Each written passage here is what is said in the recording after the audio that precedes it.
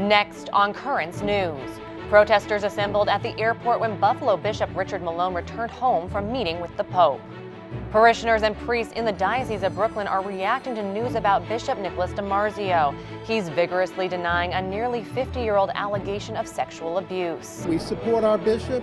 He's a good man. He's been working years tirelessly. The Pope is packing his bags, and in just a few hours, he's taking off for Asia. The highly anticipated mission will focus on peace and faith. Violent protests in Hong Kong are escalating, with firebombs on one side and the threat of live ammunition on the other. New York Congressman Peter King returned to his alma mater, Brooklyn's St. Francis College, talking about faith and politics. Plus, President Trump is thinking about going before Congress and testifying himself about impeachment. The news starts right now.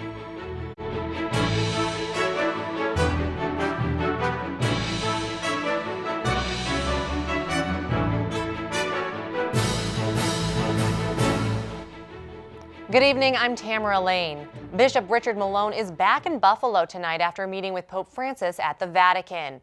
A group of protesters were waiting for him at the airport Sunday. They are demanding he resign over allegations of mishandling clerical sex abuse accusations. Bishop Malone was able to avoid both reporters and protesters by exiting through another door. One of the protesters was a former assistant in the diocese who turned whistleblower against Bishop Malone. Well, we were really hoping that we would be able to see Bishop Malone when he got off his flight, and that he likewise would see us. We determined that no one should say anything. We're just held up the signs that you already have shown anyway, and that was it. I hope we're not going to have to do a lot more protesting. I mean, we really don't want to. I know people seem to think that we really enjoy this, but we don't. And yet, as long as he stays in office, we will certainly protest. The spokesperson for the Buffalo Diocese is saying that Bishop Malone will talk about his trip to the Vatican sometime this week. Brooklyn's Bishop Nicholas DiMarzio was appointed by the Vatican to conduct an apostolic visitation of the troubled Buffalo Diocese. Soon after he concluded the fact-finding mission, the Associated Press published a story last week that an attorney is planning to file a lawsuit claiming that Bishop DiMarzio sexually abused his client decades ago. Bishop DiMarzio is firmly denying the claim and says he will fight the allegation. Currents News' Tim Harfman reports on the outpouring of support from parishioners and priests in the diocese. The Associated Press has published a story accusing me of sexual abuse in the 1970s. Father Jun-hee Lee was one of many priests across the Brooklyn Diocese who read a letter from Bishop Nicholas DiMarzio during Sunday Mass this weekend. At Our Lady of Mount Carmel in Williamsburg, parishioners reacted to the news that Bishop DiMarzio is being accused of sexual abuse against an altar boy when he was a priest in New Jersey in the 1970s. If he's proven guilty, then he will face the music.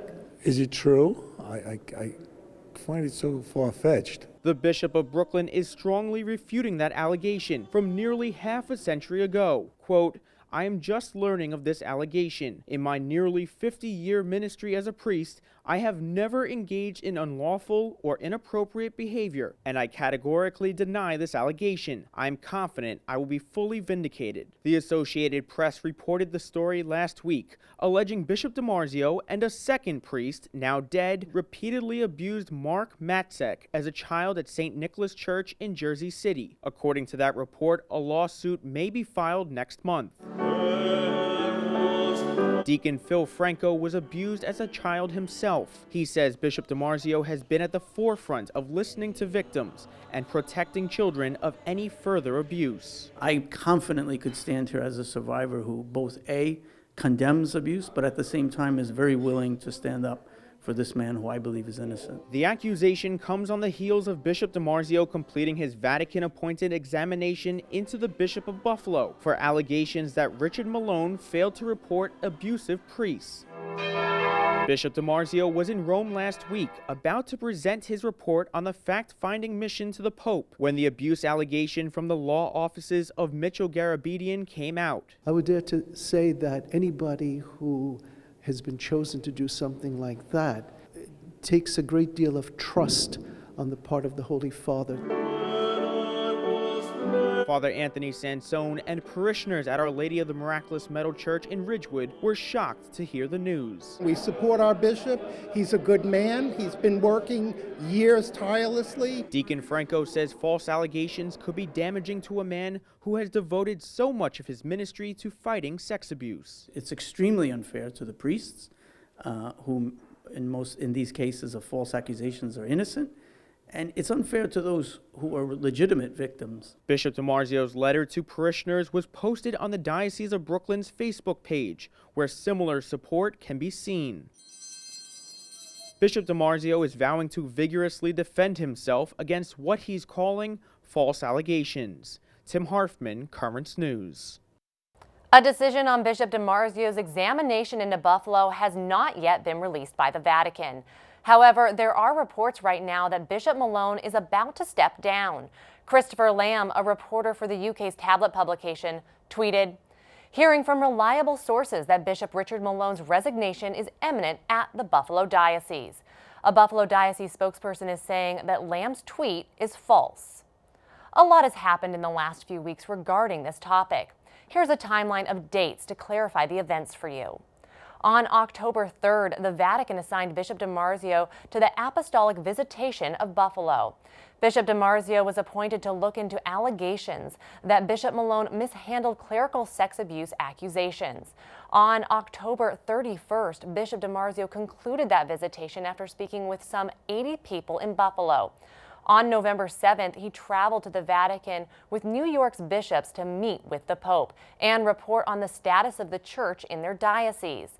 There, Bishop DiMarzio also delivered his report on the Buffalo visitation to Vatican officials. On November 13th, the Associated Press published an article about the nearly 50-year-old allegations of sexual abuse against Bishop DiMarzio, which he is vigorously denying and fighting. On November 15th, the bishop, leading Brooklyn's delegation of bishops, met with the Pope. The lawsuit that alleges Bishop DiMarzio abused an altar boy hasn't been filed yet. This raises ethical questions about why the Associated Press rushed to report it. Tomorrow, Mike Rizzo, the director of journalism program at St. John's University, will be with us to talk more about the topic. In other news tonight, the violent unrest in Hong Kong is getting worse, and Catholics in the city are pleading for the Pope to help end it. The petition is appealing to the Holy Father to take action to end the crisis at Hong Kong's Polytechnic University. For days, police have laid siege to the campus. Pro-democracy students are trapped inside, unable to escape, as officers fire at them with water cannons and tear gas. The protesters have responded with firebombs, bows, and arrows. With the standoff at the university escalating, police have surrounded the university. They are warning they'll open fire with live ammunition if necessary, saying the rule of law has been pushed to the brink of total collapse. Mandy Gaither reports the latest. Police in Hong Kong are pushing forward, trying to extract a group of protesters from Hong Kong Polytechnic University. Protesters have been barricaded inside the university since last Thursday as violence with police has continued to escalate. The campus in Kowloon is strategically placed next to the busiest harbor crossing connecting the city to Hong Kong Island. Protesters block the tunnel and are setting fires and throwing Molotov cocktails and other objects, trying to stop the police from advancing on the area. It's very sad to see the school has been used as a weapon factory and an arsenal with all kinds of offensive weapons. Protests on the island have been going on for months, ever since a controversial China extradition bill sparked marches across the city. It's been more than 5 months that Hong Kong has been plunged into this chaotic and panic situation. The bill was eventually suspended, sparking wider calls for democracy and an end to police brutality. Neither side looks to be ready to back down, and attempts for dialogue between the government and protesters have so far failed. As the unrest continues, a government official says next week's elections may not even happen. Continuing this rampage is a lose-lose situation for Hong Kong. Mandy Gaither, Currents News. Democrats are inviting President Trump to come testify in the impeachment inquiry. House Speaker Nancy Pelosi is saying that's the best way for him to get evidence before Congress. The president is not dismissing the invitation. Trump tweeted this morning, "I like the idea and will, in order to get Congress focused again, strongly consider it." The president insists he's done nothing wrong. On Capitol Hill, the impeachment battle this week will highlight testimony from current and former government officials, including one ambassador with close ties to the White House. Lauren Fox reports the TV hearings are set to resume in the morning.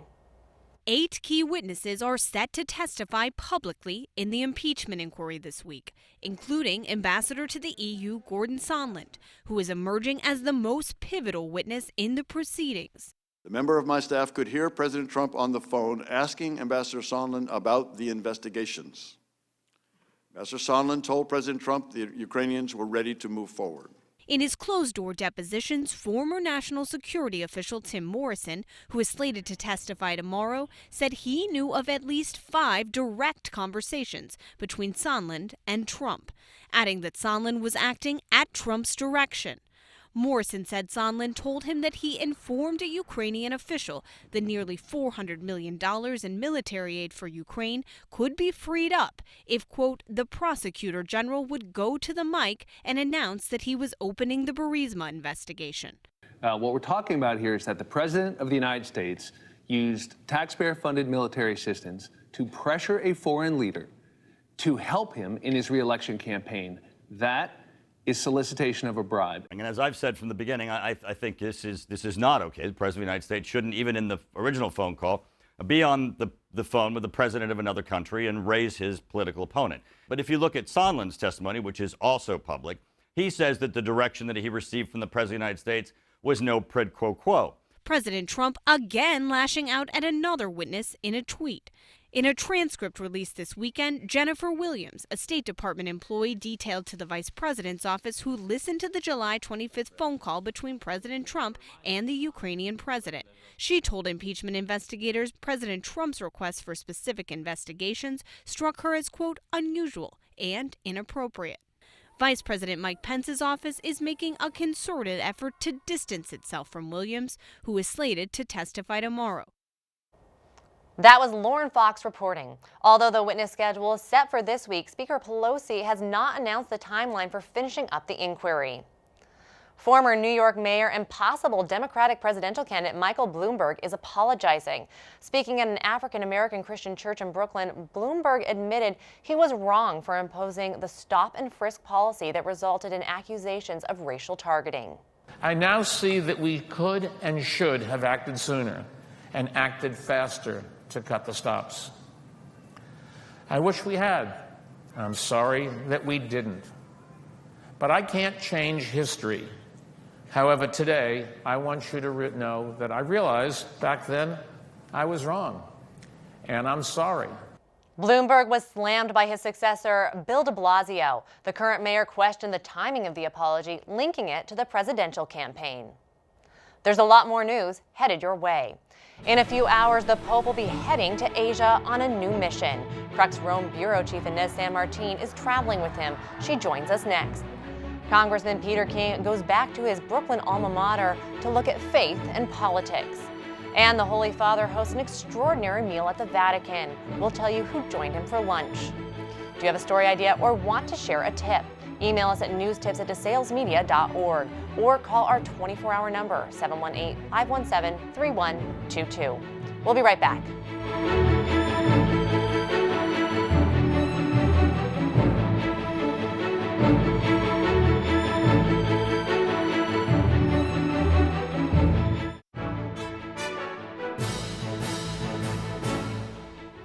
Pope Francis has packed his bags and is ready to go on a new mission, a week-long trip to Thailand and Japan.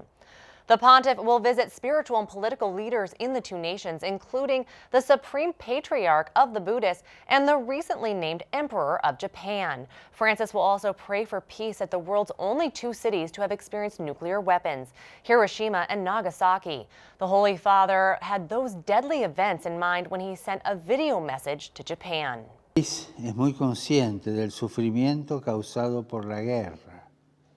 Junto con ustedes rezo para que el poder destructivo de las armas nucleares no vuelva a desatarse nunca más en la historia humana. Usar armas nucleares es inmoral. The theme of Pope Francis's trip to Japan is Protect All Life. Traveling with the Holy Father in Thailand and Japan will be Crux Rome Bureau Chief Inés San Martín. She joins us now from the Eternal City. Inés, thanks so much for being with us. No, thank you guys for having me. So the Pope will deliver 18 scheduled speeches while in the two nations. He is going to be highlighting many things, the major ones including human trafficking and the exploitation of women and children. What's he likely to say?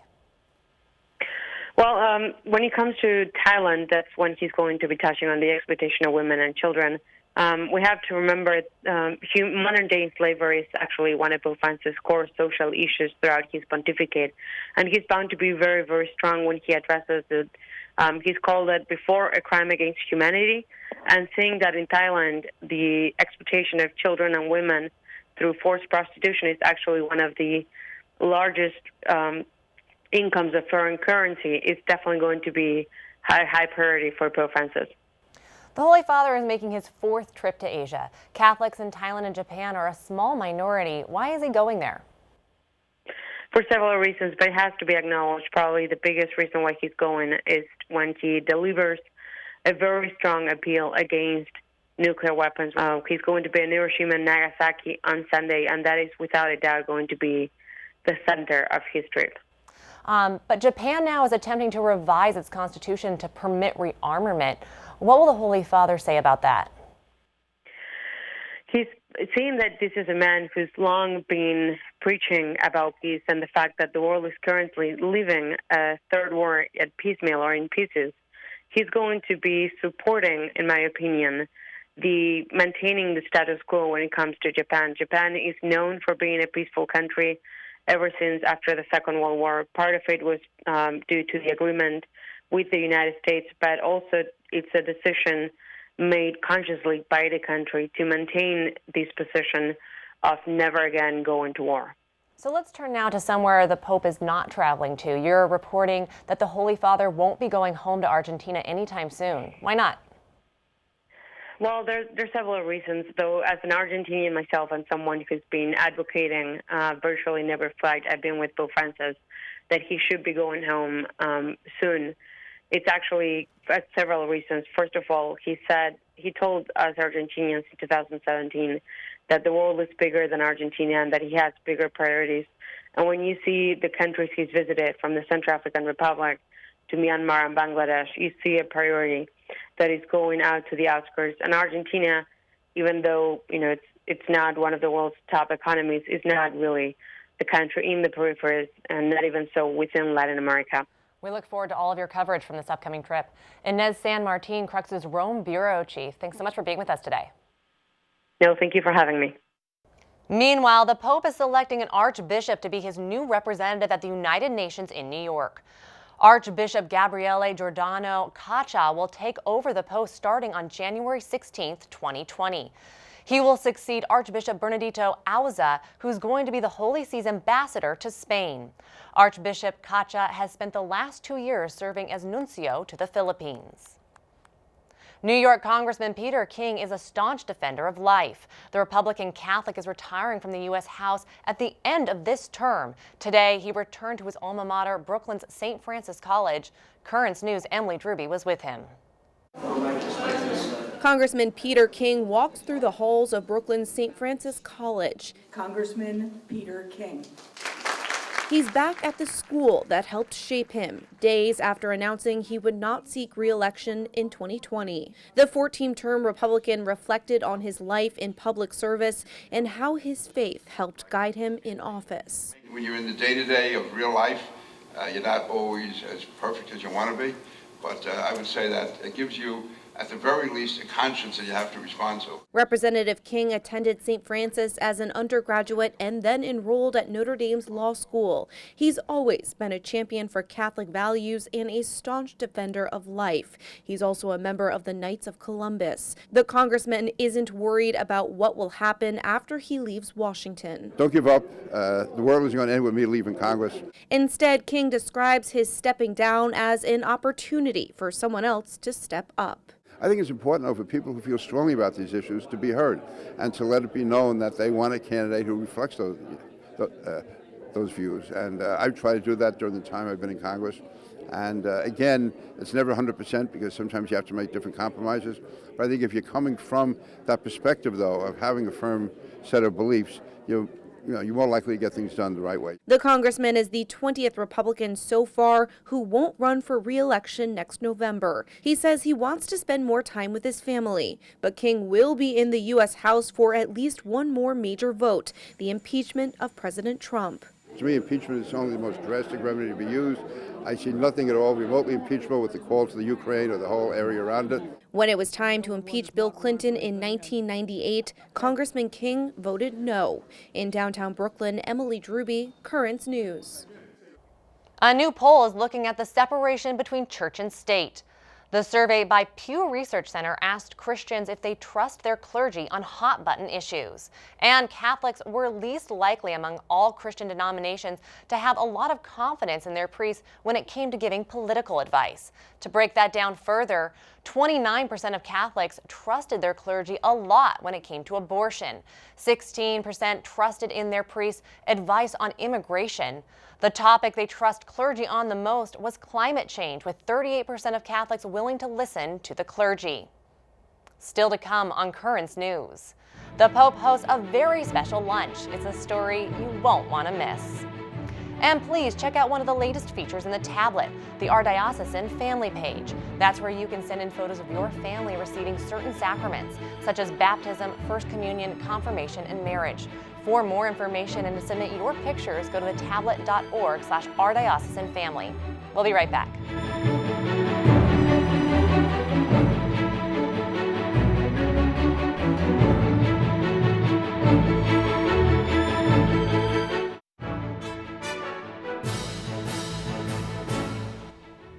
Finally tonight, Pope Francis followed the teachings of Christ this weekend. He broke bread with hundreds of homeless and marginalized people as part of ceremonies in connection with the World Day of the Poor. Melissa Butts has more on the lunch inside the Vatican's Paul VI Hall. Espíritu Santo. After Mass for the Third World Day of the Poor, Pope Francis sat at the table with all those he invited. It's for another year that he wanted to add this day to the calendar of church celebrations.